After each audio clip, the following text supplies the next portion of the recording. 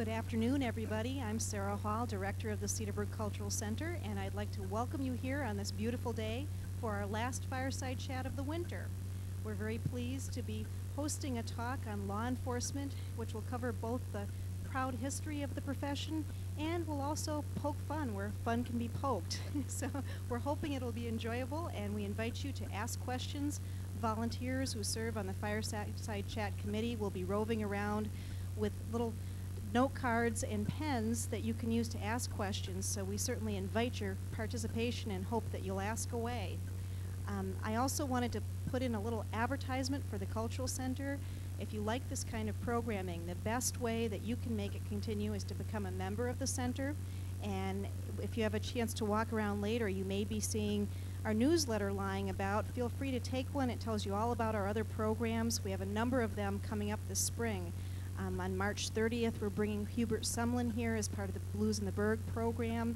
On April 6th, we'll be doing a Scottish Tartan Day celebration as part of our Folk Heritage Concert Series. On April 14th, we'll be bringing the Red Rose Ragtime Band here as part of the Jazz Series, and so on and so forth. And if you want to get into the pipeline and find out about all of that good stuff, the best way you can do it is to become a member. It says how in our newsletter, or if you like, just take a stroll up to our front desk and our staff can help you sign on today if you like, or at any time of your choosing. With that, we'll go on with the show. We're going to be having our chat for about an hour, and then we're very pleased to also be hosting a reception for Gloria Wetzel that's put on by a group of her friends. And at this point, I'd like to introduce our moderator, Mayor Jim Coots. Jim Coots is also the leader of our Fireside Chat Committee, and we're very grateful to him for all the hard work that he does to make these programs possible. Jim?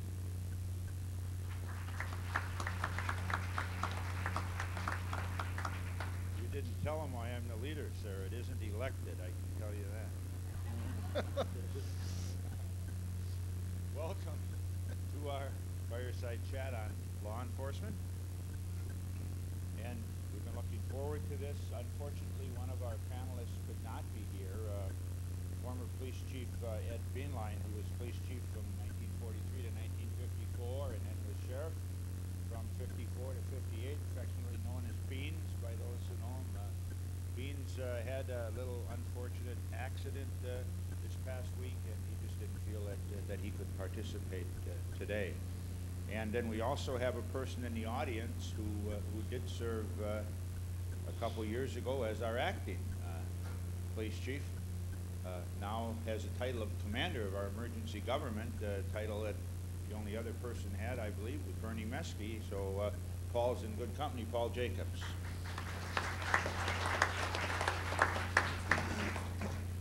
Also, I'd just like to bring your attention to the fact the displays here. Ed Rappold was good enough to put all the pictures together of all the chiefs that we have pictures of and when they served. And then there's a bunch of memorabilia there. Current Chief Tom Frank brought in some things, and former Chief Beckman's daughter-in-law brought in his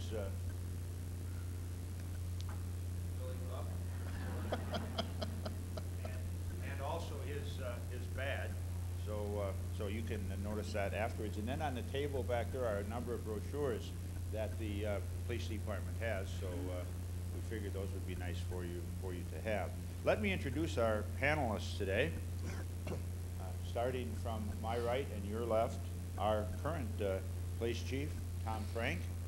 Tom joined the department in 1975 as a part-time dispatcher, and Tom then became a full-time member of the department in 1978, and he was appointed chief of police in 1999, holding the same position that his grandfather, Augie Frank, held from 1937 to 1943. So we have a father and son president, but we have a grandfather and grandson police chief. So. And then next to Chief Frank, former Chief George Bob Reese, as I know him more so as Bob than George. Chief Reese joined the department in 1964, and he was the chief from 1981 until 1999, and then when he retired, then Chief Frank took over. And then next to Chief Reese, having served under both Chief Reese, And Chief Frank, and the other chief that I'll introduce is Lieutenant Mike Caldwell. Mike joined the department in 1971. He became a lieutenant in 1980. And Mike, like Tom, are native Cedarburgers. The next man to introduce is Wilmer Mixdorf. Mix is our emergency government director. What formerly was civil defense and special police has now evolved into emergency government, and they're a real asset to our police department and to our fire department in emergencies. They really are helpful, and also weather watchers. They're out there putting their lives on line, so to speak, watching for tornadoes and other types of severe weather.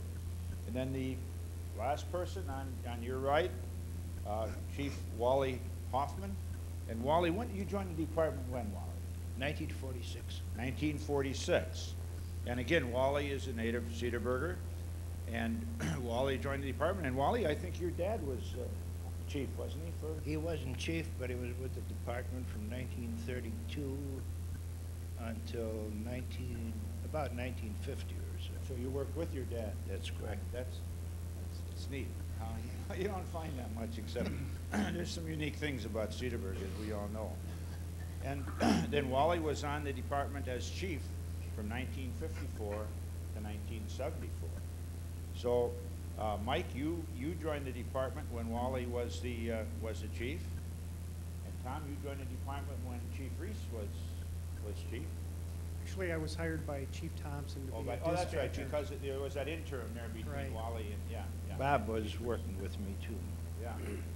So we've got good family here, and today what we thought we would start with is that we would start with, because there's been so many changes in the way the law enforcement is run and the way people become members of the police department, we thought we'd start with each of the panelists telling about how they became a member, how they got involved in law enforcement in the Cedarburg Police Department. So Chief Frank, let's start with you.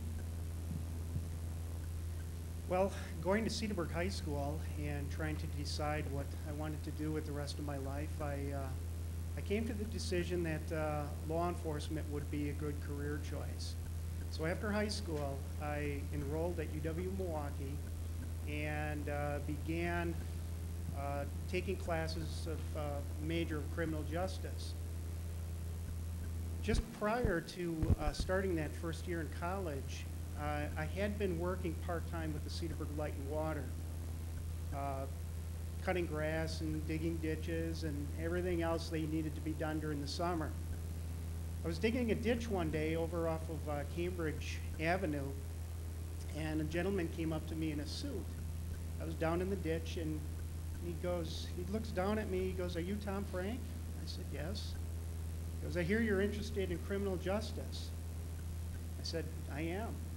I said, "Well, I'm Chief Thompson, and we need a part-time dispatcher. Can you start this evening?"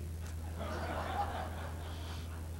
said, "Well, I get off of work at 3 o'clock. I can be there around 3:30, and sure enough, I went down to the police station. I had 4 hours of training with the dispatcher that was on duty, and after 4 hours, I was on my own as a dispatcher. So that's how it all started for me.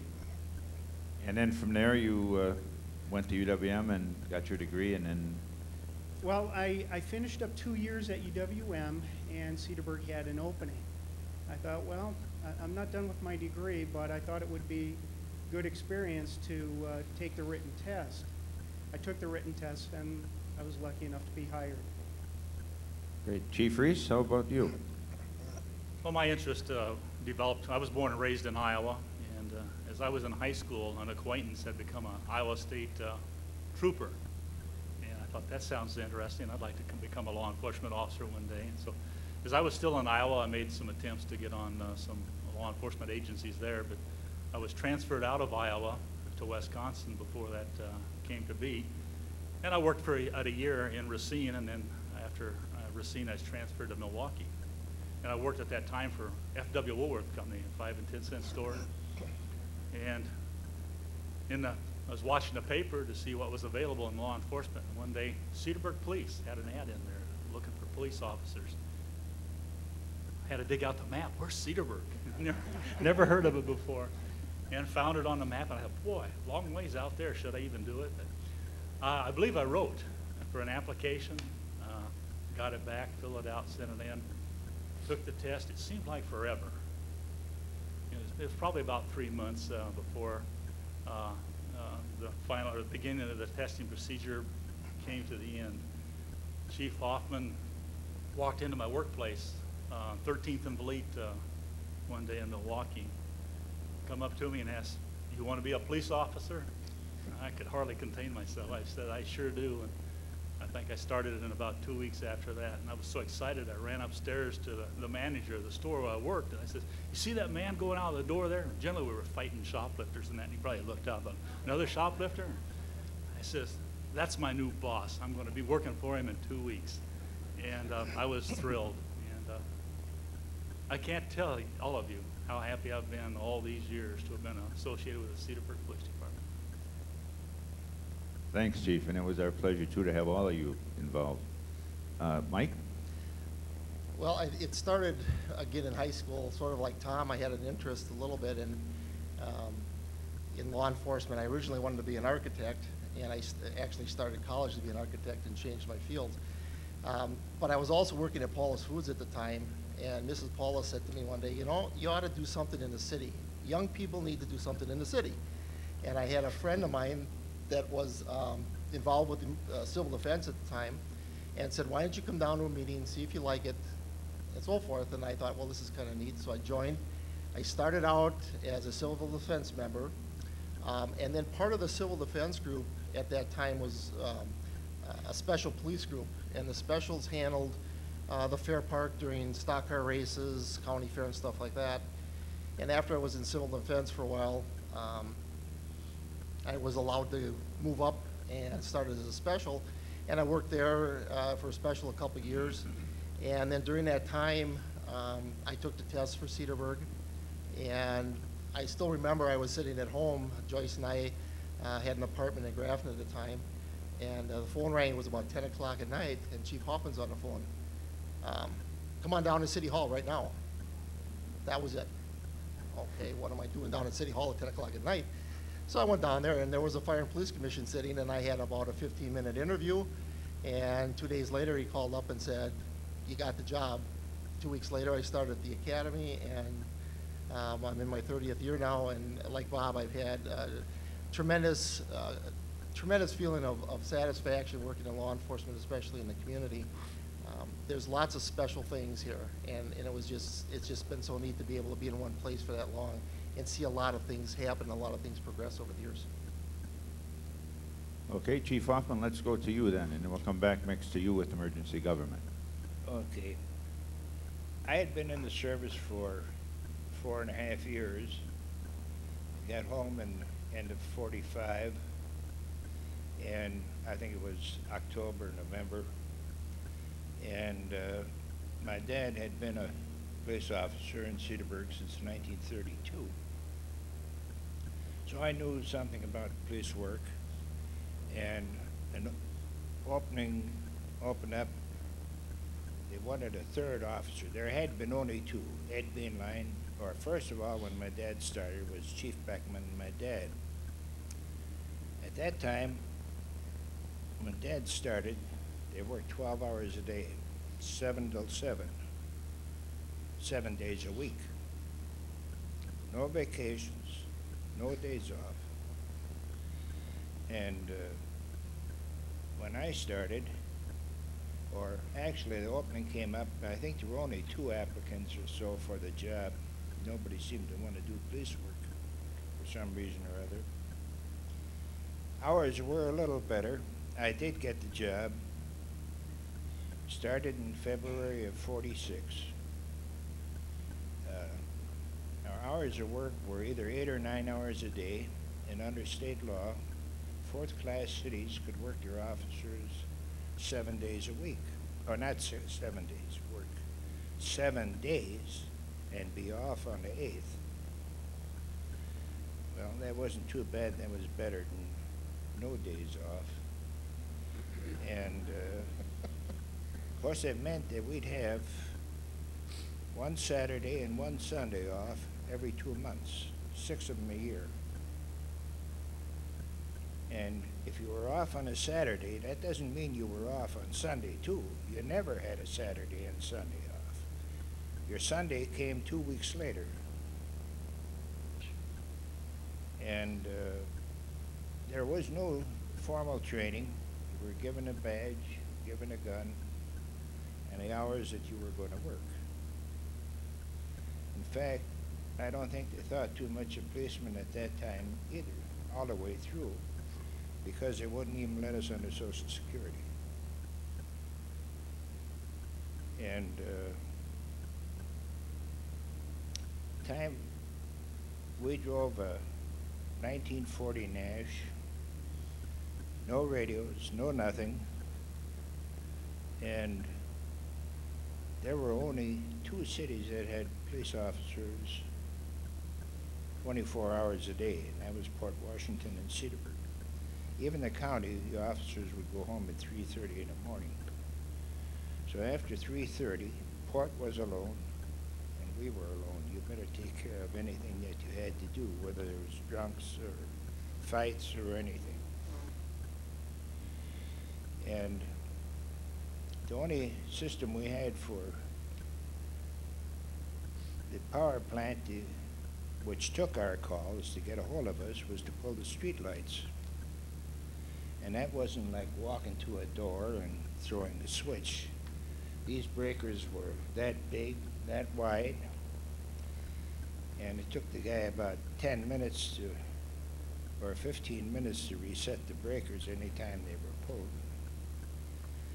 And by the time they started putting in the mercury lights, we put a light on the corner pole at Columbia and Washington Avenue. About halfway up the pole was a light, and that one they could throw the switch over in the power plant and the light would flash, and we could see that from the Catholic Church or Bridge Street. We could always see the light flashing if we were called.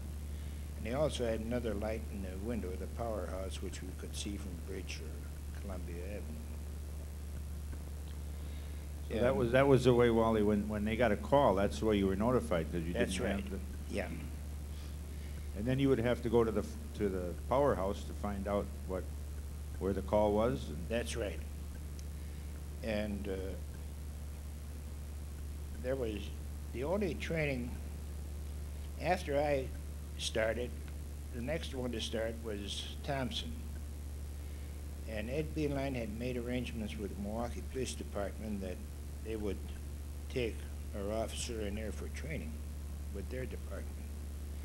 But Thompson would go to school in the daytime and he'd have to work nights. The city wouldn't pay for that part of it. But later on, everyone after Thompson went to Milwaukee, and we'd run them through their training course until, I believe it was about Mike Silva, when they were going to Sheboygan. Where was it? Sheboygan. Sheboygan? And they'd get their training there, which was a great help. But to show you what it was like without a radio or any other communications, one night, driving up on, it must have been about 2, 3 o'clock in the morning, I came off of Washington Avenue, driving east on Bridge Street. When I got to about Water Street, I smelled wood smoke from someplace. Okay, where's that coming from? There's a house on the right-hand side. On the left side is a wooden warehouse which ran from Bridge Street over to the Boy Scout house. If that thing's burning, the mill is gone too. But I found that smoke was coming out from under the eaves of the house, so there was nothing for me to do to try to wake the people that were in there. I knew who lived there, and fortunately, with all the pounding and kicking that I did on the doors, I did get somebody awake, and we got everybody out there. Then I could go over and turn in the alarm. Fortunately, everybody got out, and we did lose the dog. The dog was overcome with smoke and died. Now, in the evening, when we checked doors those days, we'd walk from Bridge Street or just beyond Bridge Street up till about Western Avenue or so. I just made a note of the businesses that were on the street that we checked. There were 2 restaurants, 2 paint stores, a Western Auto store, 3 garages that sold cars, 7 taverns, 1 jewelry store, 8 grocery stores, 3 butcher shops, 2 hardware stores, 1 men's clothing store, and 2 shoe stores. I don't know if you realize that we had that kind of business in Cedarburg at one time.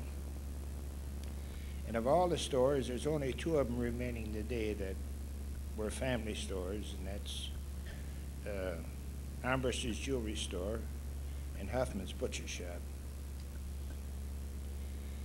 And at the time, all the aldermen had police powers. I don't believe they have it now, do they, Jim? All the aldermen had police powers, but the mayor did not.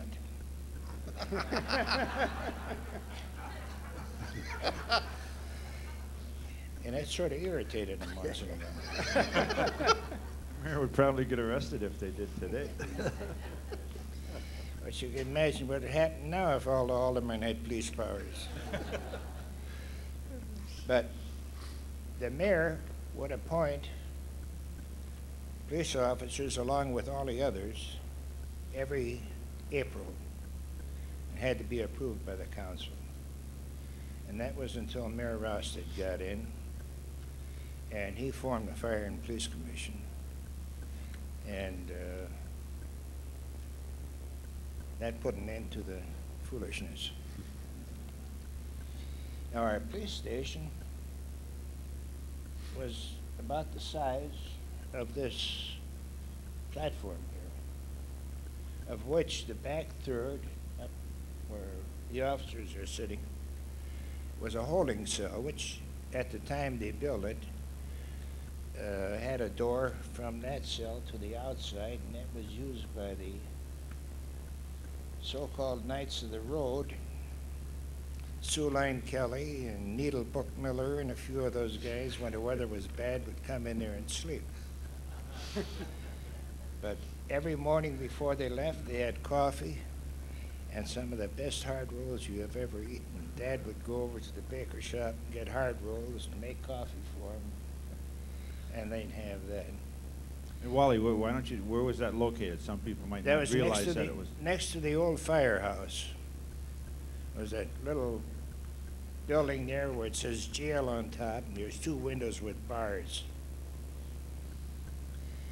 And the other 2/3 of the building, well, about from here on back to the wall, we had 2 holding cells, which left us a space from that mark over there to the end over here, where we had a roll-top desk, 1 typewriter, an ice cream chair, and 1 desk chair over there. And that was all we had.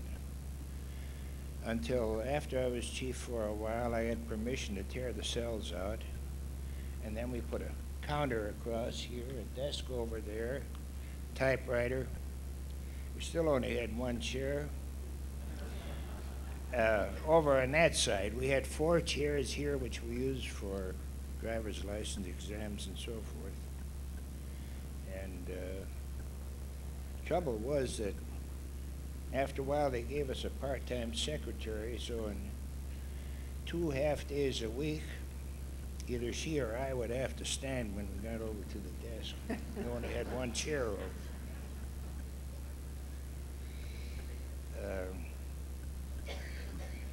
And at that time,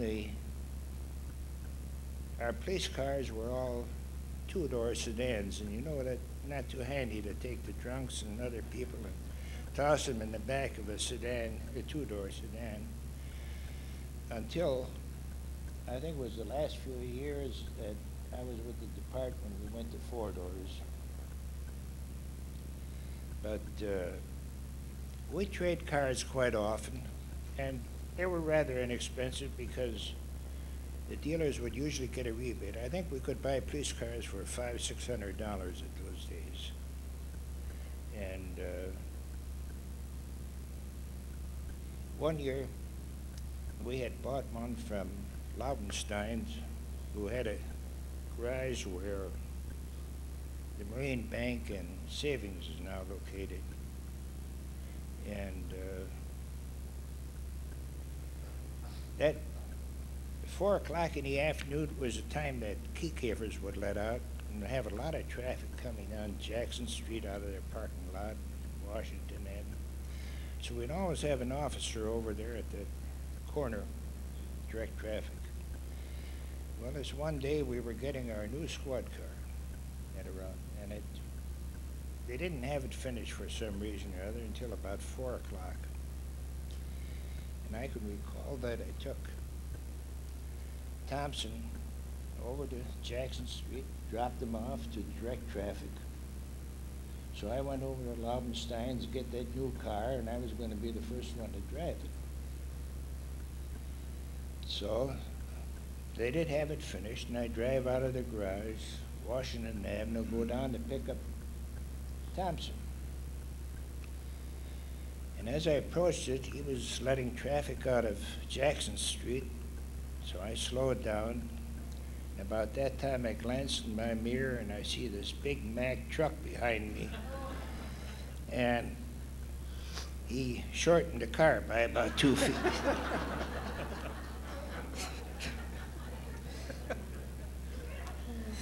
So maybe I should let Bob or one of the others have some of their stories.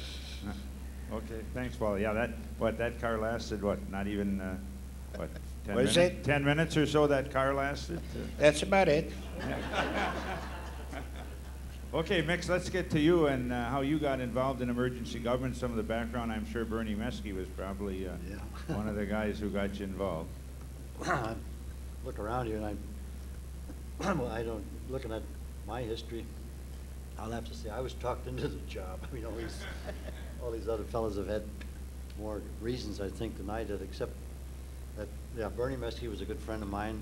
I'd see him a lot. And after I retired in 1982, he kept calling me and said, come on, Mix, I think you'd be a good candidate for joining the emergency government. You got the background, been with the fire department since 1940s. This is another thing, and your military background gives you a good status, and you can really help the city. There's so many things that they're involved in now, and I was just thinking back to the old civil defense days when you had bomb shelters in the works, and I realized how much the group was really doing for the city in many ways. Probably a lot of people don't even realize it. So I became interested, filled out the application, got cleared by the police department, and so I began work. Well, I'm in the directorship about 11 years now, and I have to say I haven't regretted a bit of it. I've made some nice friends. These gentlemen here were very cooperative. We seem to get along pretty well with them, and we're in a position that if they need some help, we've got the equipment. I think we're one of the better ones in the state, actually, when it comes to equipment and manpower. And I know we're pointed out many times when we get to the state emergency meetings about a good organization we have, what we do for the city, and particularly stressing our storm activities. We have some of the highest equipment around as far as storm detection and warning systems. And so it's been a good job. I mean, I enjoy doing this kind of work. But I don't have a police background and no grandfathers. My father was a butcher for many years at Paulus Meat Market. Maybe some of you may remember him, but that's years ago. But that's about it. That's how I got involved. And our emergency government, for those of you who don't know, the former ambulance garage on Western Avenue, the emergency government now is in there, and they did a tremendous job remodeling that, and also the lower level of the former police station. They have occupied that area now. They formerly were down near by the city garage, and they vacated that, and Public Works has taken over that building now. And the amount of man hours and time that these gentlemen put in and their dedication, Cedarburg can be very proud of what they do, and I know the police department and fire department appreciate how they complement. They don't have police powers, but they are real help when there are emergencies or problems. Well, you talked about training, Mike, Chief, when I say Chief, what about training? I know one of the things that we talked about when we had the chat at the fire department was how the training has changed and what's required now for the guys to be even volunteer firemen and EMTs and so on. How about training? How has training changed over the years? Mike, why don't we start with you, and then, because I know you do a lot of the training or are responsible for it now. Well, when Chief Hoffman sent me or scheduled me to go up to Sheboygan, that was one of the first times the guys had gotten out of the Milwaukee Academy and went to a different location. I had 3 weeks, that was it. And in 3 weeks you were supposed to come back and know everything there was to know about law enforcement. Now we send our guys to 440 hours, and that includes the basics. And then after that we have to send them to additional school for intoxilizer training, radar training. So altogether, they're approaching close to 500 hours of training right now that they have to go through. And once they've accomplished that, then we put them, actually we don't even hire anybody now unless they've gone through the certification. They have to come to us in the hiring process with their certification done. And once they've done that, they get into the department, they've got that time done, then we put them into what we call an FTO program, a field training officer program, where that new officer gets put with a field training officer for 14 weeks. So we're investing almost, if you were looking at their total time of the academy plus what we put in, we're investing almost 3/4 of a year in training before we even have an officer that's capable of being on the road by himself. But that's what the times are dictating, and it's what's needed.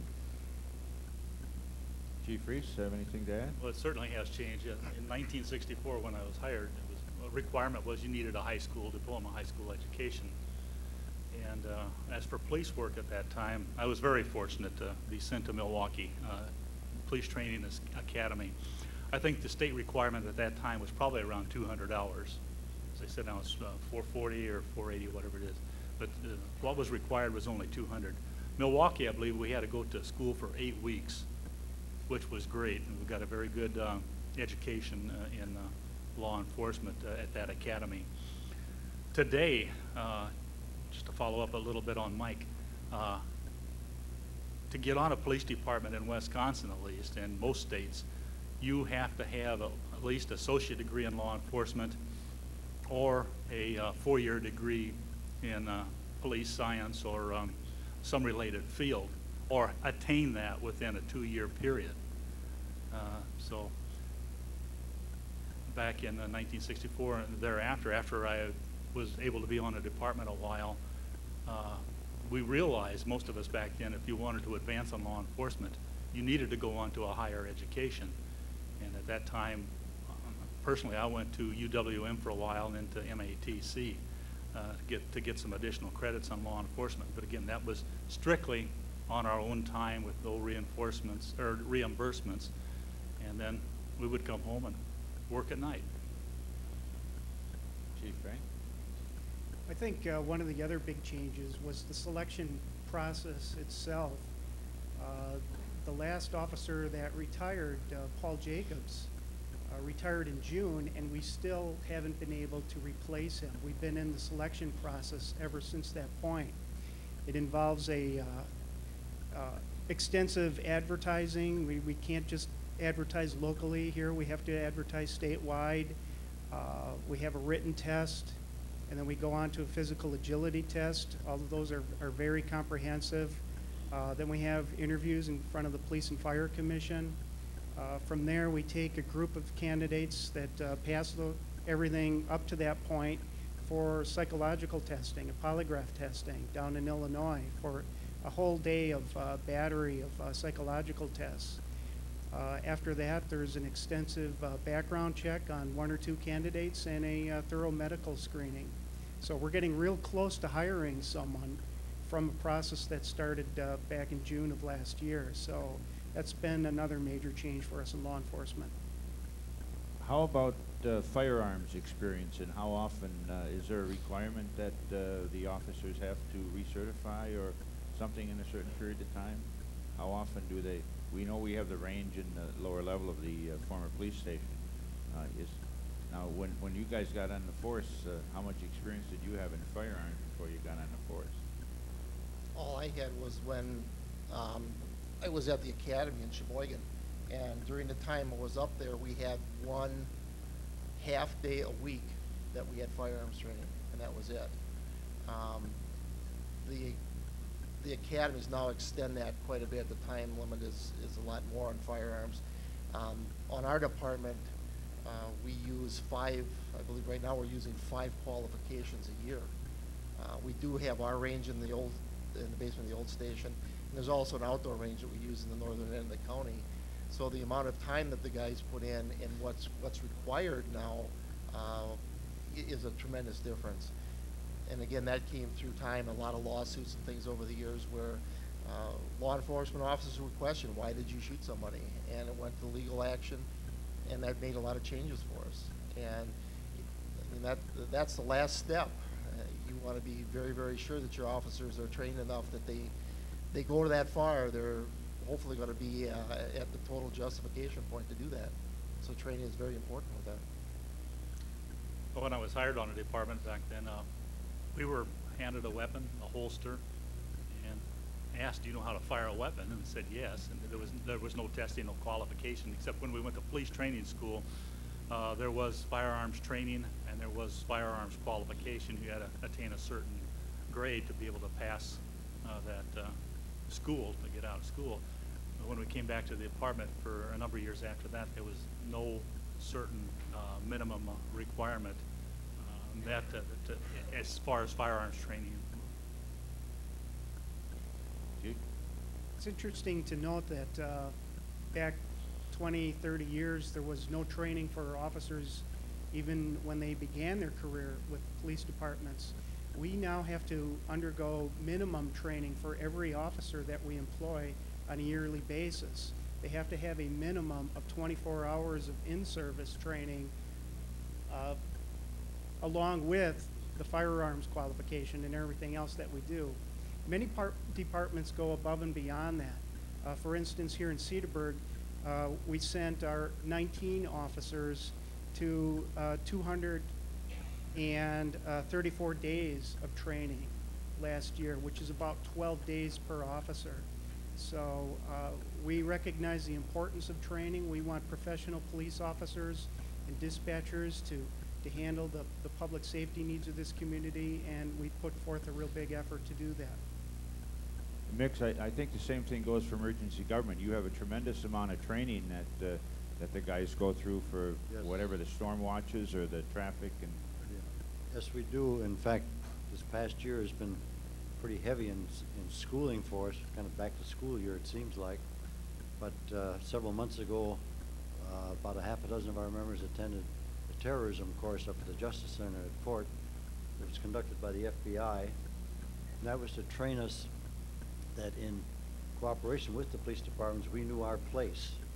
Not that we think we can march into these, but we take our orders from them and we can work with them. And the ins and outs of that kind of work were really quite involved, and it was very enjoyable and very educational. And then just this past week, 3 of our members were in Illinois for further enhanced storm watch training, which was a 2-day course. That was put on by some regional departments of the National Weather Service, and they again came back with more information as to when we sit out at a watch site and you look at the clouds and see what's going on with our equipment, as wind speeds, things of that nature, to better interpret those, we have more lead time. If we have to blow the siren, let the police department, the fire departments know what's going on. And none of the three of us were at the Justice Center this week, past weekend again, to learn a cooperative effect between our emergency operations center like we have in the city, as well as what they call an incident command officer. If, for instance, going back to the big fire out on 60 there that time of that plant, the fire chief was normally the man in charge because that was what he was there for. So we would have to work with him and whatever he'd want, or if the police department got in, which they did because of suspicious nature, the ATF was in there and they took over. But the training was built around our responsibilities as well as the responsibilities of the organizations we work with. And we found it very, very interesting and educational, so we know where we stand. You have a little territory situation once in a while. I know some communities, and it's been brought out, that the fire department and the police departments don't get along because one thinks he's the boss and not the other one. It's little things, but they sure do crop up. But those courses were very educational, and it enhances our weather situation considerably because of the fact that we have 7 weather spots that we go out to. The furthest is about 8 miles out. But the perimeter of view we have is around 40 miles. And it's just west out on Western Avenue. We sit on a high rise. So we can warn the city at least 25 to 30 minutes ahead of time if any of that cloud formation, winds and so forth kind of dictate that maybe something is going to be brewing. So we can get the proper warning out and thereby hopefully save people and lives, and damage, of course. The damage once in a while, there's not much we can do about the roof going off a building. But with storms moving traditionally 35 or 40 miles an hour, this gives us pretty good lead time. And then we also have our own weather radar, so we can follow this ourselves down in our own EOC, which we inherited a lot of the chief's equipment. So we're a fully backup situation for the police department now. Everything is down there, the weather's down there, all the radio systems are down there, the siren controls, things of that nature. So, well, we feel we're law enforcement in a good sense. And our fellows are very well trained. I mean, every course that comes up, we take them. Wally, one of the things that you mentioned before was that when you got on the department, you were the 3rd person on the department? That's correct. How large did the department grow? Let's just go around and see as far as now from the time that you started being the 3rd person, how large was the department when you left? Do you remember?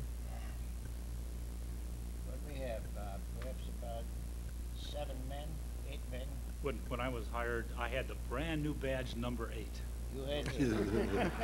Thank you. He deserved it because he was one of the good things we got out of 5 and Dime story.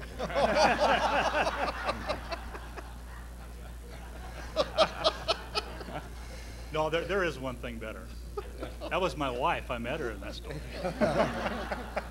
But I didn't know, Chief, that you were my competitor because I would have been working for J.C. Penney Company. but when I hired Mike, I also hired Bob Meyer. And Bob and Mike were classmates. They were also classmates of my son. And Mike would stop by almost every morning. He'd come from West Lawn, come to the house. He and Jim would go up to school. About that time I started thinking, what the devil am I doing working with these kids? And when was it you started, Mike? 71. 71? I didn't work too long after that either. Then how did it grow? How much larger was it? Well, you were number 8. Then as the population of Cedarburg grew, you added more members to the force. Right. I believe when I left the department, there were 18 of us total. If I would, Mayor, I'd like to follow up on one thing Chief Hoffman said earlier. I wished I'd known back in 1965 that cars were so cheap. I don't know if Chief Hoffman remembers this or not, but boy, I sure do. My first high-speed chase. Remember it, Chief? I don't No. know. About 1 o'clock in the morning, if I remember where Cedarburg Lumber is, Owens Office Supply was after that. Used to be a great place after the team bars closed to sit and run radar. And just about 99% of the time, if somebody would come down, you'd lock up the radar and have them over the speed limit. You could click on the red light and they would just pull over and you go up and take your enforcement action. Well, this one night in the early spring, sitting there running radar, heard this car coming down there and the radar was going up and up and up. I locked it and flipped on a red light expecting this guy to pull over, and all I heard was all 8 cylinders just flooring it. So we went down South Pioneer Road, went west on Pioneer Road into Washington County, and this individual tried to run without lights and he cracked up in the middle of a field. So I ran out there and got him out of the car like you see on TV and got him in the car. It's not the same. I'm shaking worse than this guy is up in the car. And he says, "What are you shaking so much for?" Well, anyhow, we got him handcuffed and back in the car. And I went to turn the key on. Wham, wham, wham, wham. I blew up the engine in the car. And the other Cedarburg officer I was working with, we had it towed back to town. And all night long, the rest of the night was, "The chief is going to be mad at you." That's all I could hear. "Is the chief going to be mad at you?" And yeah, I was maybe on a little over a year. And I could just see visions in my head that my career's over with already. And this other officer, he was a senior officer, and he would always pick up the chief in the morning when he was working, so I didn't have to. But he said, "This morning you're picking up the chief and you're telling him what happened." And his parting words is, "The chief is going to really be mad at you." So I went over to Chief Hoffman's house, and he got in the car, and he looked at me. "Got something to tell you, Chief," and I told him. If you knew Chief Hoffman back then, he had the trademark, the pipe in his mouth. And I told him, and I was looking at him, and he saw the pipe bounce up and down about 2 or 3 times. And he says, "Did you get the guy?" And I said, "Yep, he's in jail." Never heard another thing.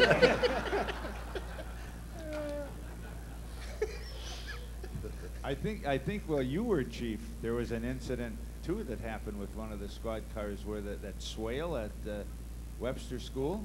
Oh, And that- yeah. Yeah. Did that officer hear it from the chief?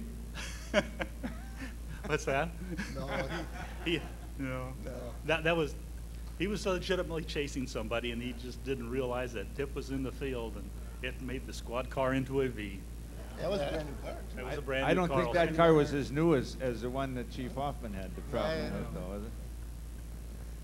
it? Chief Frank, where are we now in terms of numbers? Well, we haven't grown a whole lot. We're authorized for 19 officers. We have 6 full-time dispatchers. We have 3 clerical staff at the department and 1 full-time maintenance person. But of course, the highlight of our year last year was us moving into a brand new $4.5 million police station on Wauwatosa Road, which is just a spectacular building. I can remember when we moved into the new police station on Hanover. Were you chief then, Bob? No. Wally, you were chief then? That's right, and that station cost $250,000. Almost got lost the first day I was in there after And- moving from this area into the station. And if you would go in there now, the whole inside of it is being basically, a lot of the walls have been removed, and the city has rented that to a church, and it's really Yep. interesting to see when the walls are That's removed how much room there is, you know, in there. Not that there's nearly as much as there should be, but That was it May of gives it a- 1969 when we moved into that building. Yeah. We can't blow the sirens anymore either when we leave. That's right, If yeah. there's a now church it's service going on. Yeah, because the emergency government uses the garage and in the basement. I have to apologize to the crowd. People, you were here last time. I said, I think, something about Chief Frank's father being locked up on Halloween evening, and he corrected me today. And I think one of your dad's culprits is here, too. I saw somebody walk in. Yes, he is. There was a story, obviously, and it's probably why I had an interest in law enforcement. Growing up and listening to some of the stories my dad and aunts and grandpa and grandma would say about law enforcement in Cedarburg back in the early 1940s. But one story grandma used to say was, yep, Grandpa locked up your dad one night for Halloween. He was afraid he was going to get in trouble, so he put him in jail. And so recently I asked him about that story, and he says, no, Grandma liked to embellish that one a little bit. Actually, the way it happened, my dad was 14 years old at the time, and he was running around the city with his pal Tubby Burner and Buddy Ripken, and Grandpa and Gracie even said this recently, my dad's sister, that every time before an event like Halloween, Grandpa would come around and say, you behave yourself or I'm going to put you in jail. So that story wasn't quite as it was told by Grandma. Any other stories, humorous stories or funny arrests or mistaken apprehensions or any things that happened that you could recall in the line of duty? Jim, you know that it isn't funny, but you know that every year we'd be sitting on a powder keg in this city every Memorial Day. Fire department would rent out the grounds to the Milwaukee Motorcycle Club, who'd have motorcycle races. And we got stuck with taking care of the crowds. Now, these motorcycle gangs would come in here on Saturday nights or night before the Memorial Day races. And we had to put up with these rival motorcycle gangs with their drinking, carousing around and whatnot. To this day, I don't know how we got by without getting this town blown up, because that was a dangerous situation. And on the day of the motorcycle races,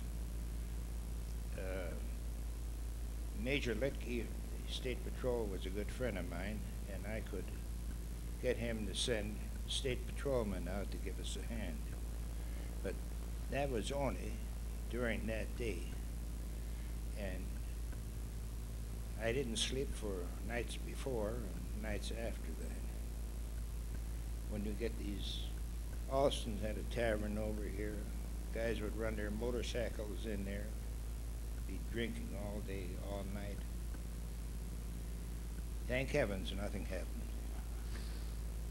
Lieutenant? Well, I can remember shortly after, actually when I started, one of the things was that Wally made it very, very well known to the patrol guys that when there was two of us working, there was only one of you in the station at the time. You could not have two of you in the station, and one of you's got to be on the road. And we had a Sunday afternoon where actually there was, at that time with the few of us they had, we had three of us working for some reason. And all of a sudden the back door opens up, and in comes Wally. He's down there to wash his car. So he thought he'd stop inside. And there's myself, and I think it was Paul Jacobs, and a newer guy. I won't mention his name. Wally comes in the back, and he looks in, and he looks around. He walks out for a minute, gets the work schedule, comes back in, and he says, again, I think it was Paul, he says to us, at least I know that so-and-so's out in the road. And he's standing there for a few seconds. All of a sudden, the door moves. And out from behind the door comes the other officer. We didn't stay in the station much longer after that. They learned that they can't do any good in the police station. Mayor, I think one of the other interesting stories, even before the police station on Mequon by the firehouse, is there used to be a jail, I've been told, at Turner Hall. That's right. That was our first jail here in the city. And I know my aunt knows the answer to this question, but does anybody know where the key for that jail was kept? The officer didn't carry it around with him. The key was actually kept at Armbruster's jewelry store. So whenever they arrested someone, and I guess they didn't arrest very many people, there were a lot of warnings back then, But whenever they arrested somebody, they would have to go over to Armbrusters to get the key for the jail cell and then take them over to Turner Hall. I think actually they built the jail on Mequon Street. It was more of an afterthought, I believe, because I think what happened was that the city needed a vault, because above the police station was the city vault. The Light and Water Commission had an office above the old firehouse. The city had their council's chambers up there, and they had no place to store their records. So the top part of the police station, they had an enormous vault, which was a lot more room than we had downstairs. Talking about the jail and jailing people and arresting and things like that, how many remember when the tavern, which was the Brown Jug next to Upland Meat Market, and John By was running it, and he was the justice, and that was the courtroom? They'd bring him in for whatever arrests of any kind, and then he would hold court. And I think in Thiensville, that awesome tavern on the corner of the Green Bay Road where it turned, he was the justice for that area. Because I remember I was doing some little news reporting for the News Graphic after I got out of school, and that's where we went to get our court records, there and over to John By's Tavern. Well, I'm looking around to see if Dean Repkin is here, because I didn't know this until a couple weeks ago that Dean had served as Justice of the Peace. And evidently he has some pretty good stories that he can tell about his being Justice of the Peace. So if you see Dean around, ask him to tell you some of those stories about being Justice of the Peace. Gentlemen, how about, you talked about the chase, Bob, and about what we see on TV, and as far as the officers are quick to draw the gun, and Mike, you said one of the things you do in training is the people are trained to different situations. Have any of you been required to take that weapon out and to use it on occasion? Once, no, a couple times, but one time that I had to pull mine quickly was down Pioneer Container on the south end of town up on Pioneer Road. It used to be they didn't work around the clock, so later at night on the third shift you would go around and check the doors, and every once in a while you'd find a door open. So late one night, I was pretty much by myself, had to go in the building, check it out, make sure nobody was in there, and there was this stairway leading up to the offices upstairs. And then you go up, and all of a sudden got to the top of the stairs, and I looked straight ahead to the east, and I could see this reflection. And I reached for my weapon, and this other guy was reaching for his weapon too. And I pulled it out, and I almost fired.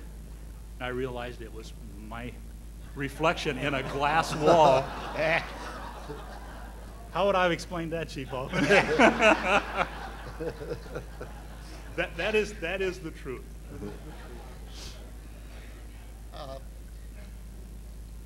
I did have to have my weapon out a couple times, but the one that scared me the most probably was I was only on for a couple months. I was working third shift, and the county put out a stolen vehicle broadcast, and I was doubled up with one of the other guys on third shift, and we were right in front of the old gym, and here comes the car down Washington Avenue. And as soon as the kid saw us, he stopped the car, jumped out, and took off and ran on foot. And of course, since I wasn't driving, I was told, get out and chase him, which I did. And I got over on the corner to Center and Hanover, and I heard noise. It was where Phil's Tavern used to be, and I heard noise back by where the garbage can was. And I had my weapon up, and I was pointing, and all of a sudden this kid jumped up, and I just, for some reason inside me said, don't pull the trigger. The kid wasn't armed, but it was close, and that was scary. And unless you've ever done that or had that happen, you really don't know how that makes you feel. I mean, it is a scary thing to know that split second you could be the person that takes another life, and that was scary. Okay, time is fleeting, and we do have the awards that were the recognition of glory that we want to do. And gentlemen, I want to thank you for participating and for what you've done for this community. We can feel we have a great community because of people like you. You're the guys who make it what it is and help us to make it what it is. So thanks, and keep up your good work.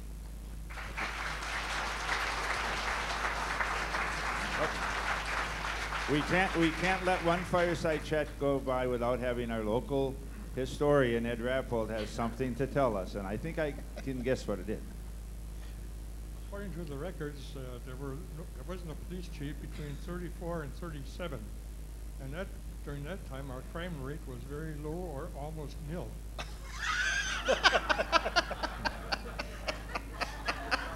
I thought he was going to tell a story about Chief Beckman not realizing the window was down when he wanted to get rid of his tobacco. We'll have to check that one out, Ed, and see what...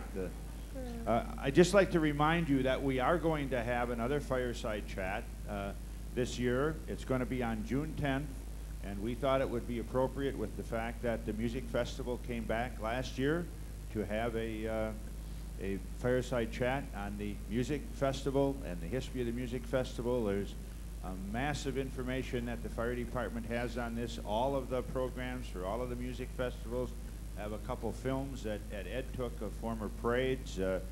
Mix was one of the announcers for the music festival, and his wife was involved, and Ann is here today in organizing the parade. So that should be a great kickoff for our own music festival, which is going to be here again on July 3rd at the high school. The tickets are now on sale at various locations, so that will be our next fireside chat. So let's take a brief break, and then we will do our recognition and honoring of Gloria. Thank you again for being here, and hope that you all can stay for Gloria's recognition.